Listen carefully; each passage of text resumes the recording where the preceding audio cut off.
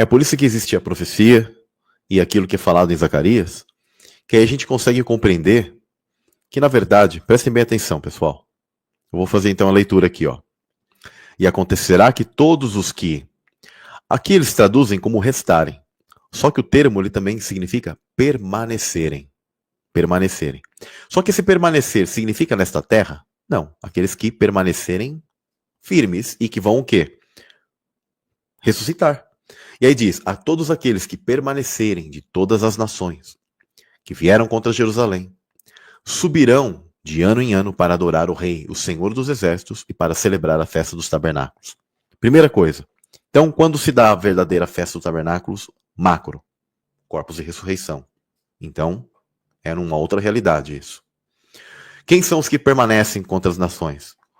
Todos nós estamos incluídos nisso. Se nós nos salvarmos, se nós formos fiéis até o fim, igual a Escritura fala, o que acontecerá? Nós teremos corpos de ressurreição.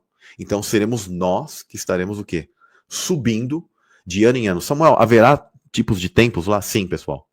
Lá existe um presente contínuo, como eu disse no início da live, um mundo atemporal. Só que é importante que vocês compreendam que lá sempre haverá uma espécie de Shabat. Um Shabat macro, onde há um cessar. O que é Shabat? Cessar. Um cessar de coisas que Deus ele vai distribuindo hierarquias. O Júlio ele fala muito aqui no canal sobre essas questões, né? Sobre somente essa questão do mundo, eu também trato lá bastante no canal, mas a distribuição, crescimento de hierarquias, onde os seres eles são designados a certos tipos de coisas durante um tipo de período e sempre nesse espécie de 6 dias úteis, e aí tem um Shabat, um cessar. Onde todos os seres se reúnem depois, há uma cessação, mas todos vão o quê? Agradecer ao Eterno, agradecer ao Pai, entregar tudo aquilo que foi feito. E aí, o Eterno ele se reabastece desse tipo de energia, e ele depois ele distribui novamente esse tipo de energia. A adoração é um agradecimento e uma entrega de energia, um agradecimento, né? Você está mostrando sua gratidão ao Eterno sobre isso, e ele sempre amoroso, ele vai e também recompensa os seus filhos e as coisas vão se expandindo, e vão se expandindo, e vão se expandindo. E assim esses ciclos. Então, seremos nós que subiremos de tempos em tempos, principalmente para nos prestarmos homenagens ao Rei, tá? E aquele Rei que o Eterno estipulou, que é Cristo, o Senhor dos Exércitos. Tá? E aí diz assim, ó, e acontecerá que se alguma das famílias da terra não subir a essa Jerusalém, primeira coisa aí a gente compreendendo que esse mundo atemporal, ele se refere a uma nova Jerusalém. Então, quando a Escritura fala desse subir, é o mesmo termo em hebraico que se usa para aqueles que sobem com asas de águia, que Isaías fala. Por quê? Porque nós seremos corpos celestiais e atravessaremos o fogo, né? A água, o fogo não farão dano para nós teremos o quê? Corpos celestes e encontraremos com Jesus nos ares, né? Subiremos com asas de águia, literalmente. E é interessante que é o mesmo termo, porque todos aqueles que não, as famílias da terra que não subirem, aqueles que, ou seja, não ressuscitarem, para adorar o Rei, não virá sobre eles chuva. E aí diz aqui, ó, se a família dos egípcios não subirem nem vier, não virá sobre eles chuva. Virá sobre eles a praga que o Senhor ferirá a todos os estrangeiros que não subirem a celebrar a festa dos tabernáculos. Porque nós estaremos lá celebrando. E se isso aqui fosse numa espécie de milênio de Cristo, preste bem atenção, pessoal. Isso aqui fere, ou feriria completamente, aquilo que, na verdade, Deus ele coloca, que ele quer que as pessoas o sirvam de bom grado. E não que, imagine então um milênio de Cristo, que isso aqui fosse o egípcio, tá, a família do egípcio. Cristo está reinando no mundo. E aí, ó, tem que celebrar a festa do tabernáculo. Eu não vou. Aí Deus vai lá e taca fogo no cara. O cara tem que... tem um ser que entrou no reino de Cristo, com carne e sangue, e ainda o cara, ele... É assim que Deus ele quer? Seres que, melhor eu vou subir lá, porque senão vai cair fogo na minha cabeça aqui. É assim? É esse o milênio que vocês creem que é o milênio de Cristo? Tá? Então aqui a Escritura está falando que todos aqueles que não subirem... despachando documentos lá da Nova Jerusalém, né? Como? Carimbando documentos lá, Jesus despachando documentos, né? Na mesa, no escritório lá do Templo de Jerusalém, né? Não faz sentido essa questão daqui, porque às vezes as pessoas falam, mas não fala que ele se assentará no trono de Davi? E o trono de Davi não era aqui? O pessoal pensa que... É porque aí falta aquela grande peça, né? Eu vi até uma irmãzinha ali falando assim, acho uma Roselaine. Não existe pré-existência na Bíblia, né? Na verdade, sempre existiu, tá? Só que o sistema, ele tirou esse conhecimento de você. Percebam que arminianos e calvinistas vão brigar eternamente. O arminiano, ele não entende aquilo que é o texto sobre predestinação, algo atemporal, antes da fundação do mundo. E ele apenas defende o livre-arbítrio. Ele está correto no livre-arbítrio? Está. Mas aí ele nega essas questões sobre a eleição. E aí o calvinista, ele entende que é algo atemporal, que Deus destina seres a virem aqui, onde ele escolheu seres e destinou, só que ele nega completamente o livre-arbítrio, que ele é claríssimo, onde os seres eles têm uma escolha. Né? Eis que toma os céus e a terra por testemunha, né, contra vós. Eis que te propõe a vida e a morte, escolha pois tu. Uma vez eu comentei esse verso com um irmão, ele falou, não, mas isso era só Israel, nós não. Eu falei, meu pai, esses caras não... Como assim só Israel? Sabe, não faz sentido, mas tudo bem. E aí o que acontece? A gente compreendendo isso, você vai conseguir aliar as duas coisas. Deus, ele escolheu os seres lá na fundação do mundo, ele conhece você, porque você está lá, porque quando a Escritura fala que Deus conhece o Messias antes da fundação do mundo, ninguém tem dúvida que ele estava lá. Quando a Escritura fala a mesma coisa para nós, aí os caras dizem, não. Aí apenas é a mente de Deus. Não. Cara, aceite os textos. Não seja relativista com os textos. Então, aí você consegue entender que nós estamos destinados o quê? Mas destinados para onde, Samuel? Para virmos a este mundo. Por isso que a Escritura fala que nós devemos vir a este mundo para sermos a imagem de Cristo. E qual é a imagem de Cristo que Deus quer que nós venhamos a ser quando chegamos a este mundo? Quando nós nos arrependemos, nós vamos o quê? Corpos de ressurreição.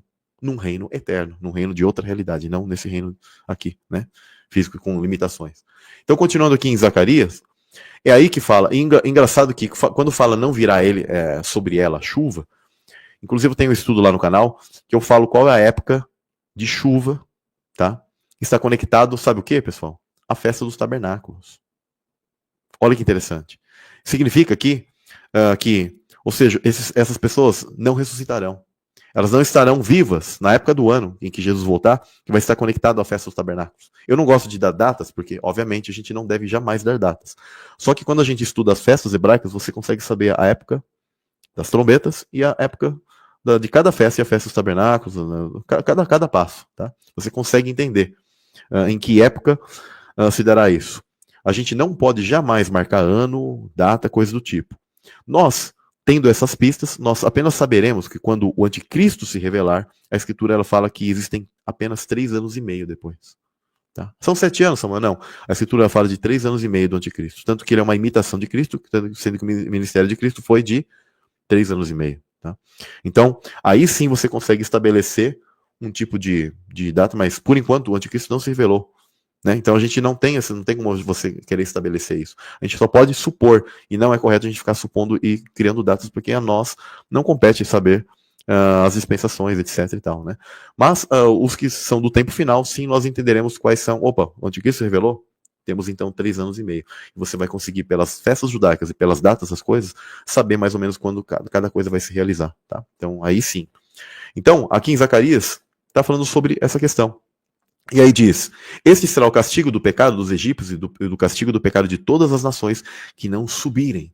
Ou seja, que não ressuscitaram, que não ressuscitarem a celebrar essa festa dos tabernáculos. A festa do tabernáculo, ela simboliza isso, tá? Toda festa hebraica, pessoal, ela teve o seu sentido aqui, tá? Físico, mas ela aponta para coisas espirituais maiores. E o autor de Zacarias, novamente eu comento, ele está colocando no texto formas e simbologias para que as pessoas compreendam como que será mais ou menos isso lá, aludindo ao que eles já conhecem da cultura deles, que são as festas judaicas, que são sombras das coisas celestiais. Como eu disse, você vai ficar criando uma tenda lá no céu? Uma tendinha? Não. Mas, quando Paulo ele fala essa conexão que os nossos corpos são tabernáculos, ele já está aludindo o quê? A sombra do que essas tendas significavam. E elas são móveis. É engraçado que a tenda, você pode desmontar ela e mover para outro lugar. Significa que nós teremos corpos, tabernáculos, corpos de glória, e que são móveis. Podem se movimentar de um lugar para outro, não fixos. Tá? Isso que é interessante. Então, por isso que ele diz, ó, naquele dia será gravado sobre as campainhas dos cavalos, santidade ao Senhor. E as panelas na casa do Senhor serão como bacias diante do altar. Aí ele faz toda uma alusão daquilo que eles conheciam, que eram as celebrações dentro do templo. Então fala de panelas, etc e tal. E aí diz, e todas as panelas em Jerusalém e Judá serão consagradas ao Senhor dos Exércitos. Aqui eu acho interessante uma parte que fala aqui, ó, olha o código. E naquele dia não haverá mais cananeu na casa do Senhor dos Exércitos. Ou seja, no reino do Pai, não vai poder ter ninguém que é maligno. O cananeu, como vocês bem sabem, né, nós já estudamos essa questão, mas sabemos que são a semente maligna, tá? A grande representação da semente maligna aqui na Terra, né, os cananeus. Por isso que eles não podiam jamais se misturar.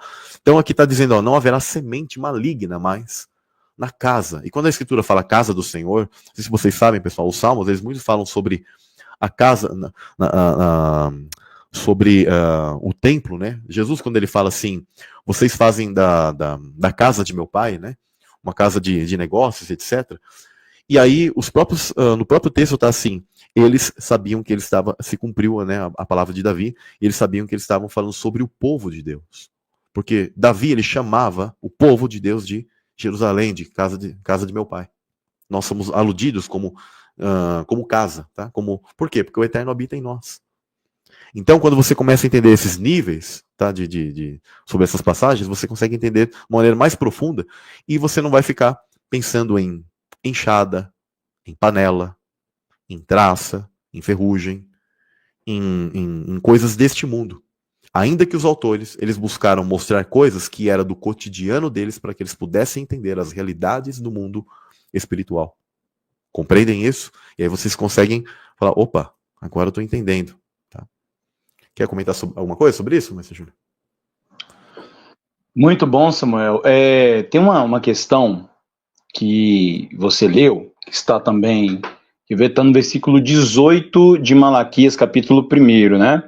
Que é esse texto a qual nós estamos aqui discorrendo, e se a família dos egípcios não subir, egípcio, pessoal, significa questão de mundo. Egito sempre na Bíblia significa mundo, né? Se eles não subir e nem vier, ou seja, não subir o que? Não ser arrebatado, né? Nem vier o que? Não receberem a Cristo como Salvador, ou seja, as pessoas do mundo. Não virá sobre eles a chuva, aquilo que Samuel explicou, o arrebatamento. Virá sobre eles a praga com que o Senhor ferirá os gentios. Pergunto, qual será essa praga que o Senhor irá ferir os gentios? Onde ocorre isso? Quando você estuda os profetas, aqueles que serão marcados com a marca da besta, essa marca, a princípio, vai dar uma grande vantagem, né? Social, financeira, saúde, entre outras questões, mas no final ela cobra seu preço, ela tem seu efeito rebote, seu efeito contrário, né? Ela vai dar um grande efeito colateral. Até mesmo Zacarias fala que seria como se fosse um apocalipse zumbi, é o melhor termo que eu posso utilizar, como se fosse um vírus que se come carne, né? Que a própria língua da pessoa e o olho da órbita vai cair, né? A pessoa vai ser consumida viva. Mas essa praga com o Senhor, ele vai ferir os gentios, ou seja, aqueles que estão marcados aqui, entenda, tá? No contexto do tempo do fim, aqueles que estarão marcados com o selo da besta, com a marca da besta, a marca da serpente, né? Isso aqui é o quê? As 7 taças da ira de Deus. As taças da ira de Deus é o que? A praga com que o Senhor vai ferir os gentios. Por que é usado então aqui egípcios? Porque o Senhor feria o Egito no mundo antigo, na época de Moisés e Arão, com as 10 pragas. Esse é o entendimento correto. Agora tudo se encaixa. Né? E quando, naquele contexto ainda, de Miqueias capítulo 5, que fala lá da questão das espadas, pás, das lanças, das foices, para não ficar lendo o versículo de novo, tá? No versículo 4, tá? De Miqueias, capítulo 5, versículo 4, eu vou postar aqui na tela para vocês, só para vocês entenderem o contexto de coisas maiores, vocês têm que entender os códigos, os arquétipos, tá? Diz assim, ó, tô colocando, mas assentar-se-á cada um debaixo da sua videira e debaixo da sua figueira, ou seja, participar de um banquete. A Bíblia fala se deitar à mesa, se assentar à mesa, que a mesa do mundo antigo não é igual hoje, né? Que você pega uma cadeira, você se deitava, se reclinava à mesa. Então cada um estará debaixo da sua videira, figueira. Quando você vai estudar, eu não vou ficar se aprofundando muito em videira e figueira, mas videira representa o que? A Cristo, né? O portador e o guardião da árvore da vida. E figueira, a gente lembra que Adão e Eva, a questão da figueira para se cobrir a sua nudez, significa a árvore do conhecimento do bem e do mal. Que hoje Cristo é o guardião das duas. E não haverá quem os espante. Opa! Então, se não haverá quem os espante, significa que havia alguém que estava num lugar onde que tinha videira, estava num lugar onde que tinha figueira, e que foram espantados, ou seja, expulsos de lá. Te lembra alguma coisa? O Éden. A qual Adão e Eva eles foram expulsos, espantados de lá. Por quem? Porque não haverá ninguém. Porque no reino de Deus não estará o quê? A antiga serpente. Tá vendo como é que o texto ele vai ligando? Que aquela passagem da pá, da enxada, da lança, da foice, vai se encaixar exatamente. Ou seja, estamos colocando aqui o contexto dentro do contexto da Bíblia. Então, é quando a gente consegue compreender que os autores eles usam coisas para que eles pudessem compreender. Quando tem Isaías 65 que fala se um homem morrer com 100 anos, né, um velho morrer de 100 anos será considerado jovem. Porque vai haver morte. Ele está aludindo, ele está dando uma forma de exemplo para que as pessoas compreendam. Nossa, se houvesse morte e um cara morresse com 100 anos, ele iria ser considerado jovem. Entende? É isso para as pessoas fazerem um tipo de comparação. Né? E obviamente que no reino do Eterno, no reino de Cristo, não haverá morte. Tá? Pessoal, os anjos morrem. Os anjos eles podem morrer. Eles são eternos. Eles são eternos desde que, sim, eles se alimentem do poder do Pai. E estejam sempre perto do poder do Eterno. E sejam da mesma pureza. Agora, se eles se afastarem e não se alimentarem mais disso, eles morrem. É por isso, justamente, que a gente consegue compreender que Satanás e seus anjos estão morrendo. Por quê? Porque eles não se alimentam mais dele. E eles só coexistem conosco porque Deus permitiu que eles se alimentassem da nossa energia ruim, dessa natureza de pecado, de sangue, de questões bioquímicas, que eles acabam se alimentando de nós. Por isso que eles gostam de se alimentar de crianças, de pessoas, de carne, sangue, de coisas podres, etc. Que são um tipo de vibração dos quais eles conseguem ter acesso e eles podem se alimentar ainda e coexistir, porque eles são seres que estão morrendo, espíritos imundos. Tá?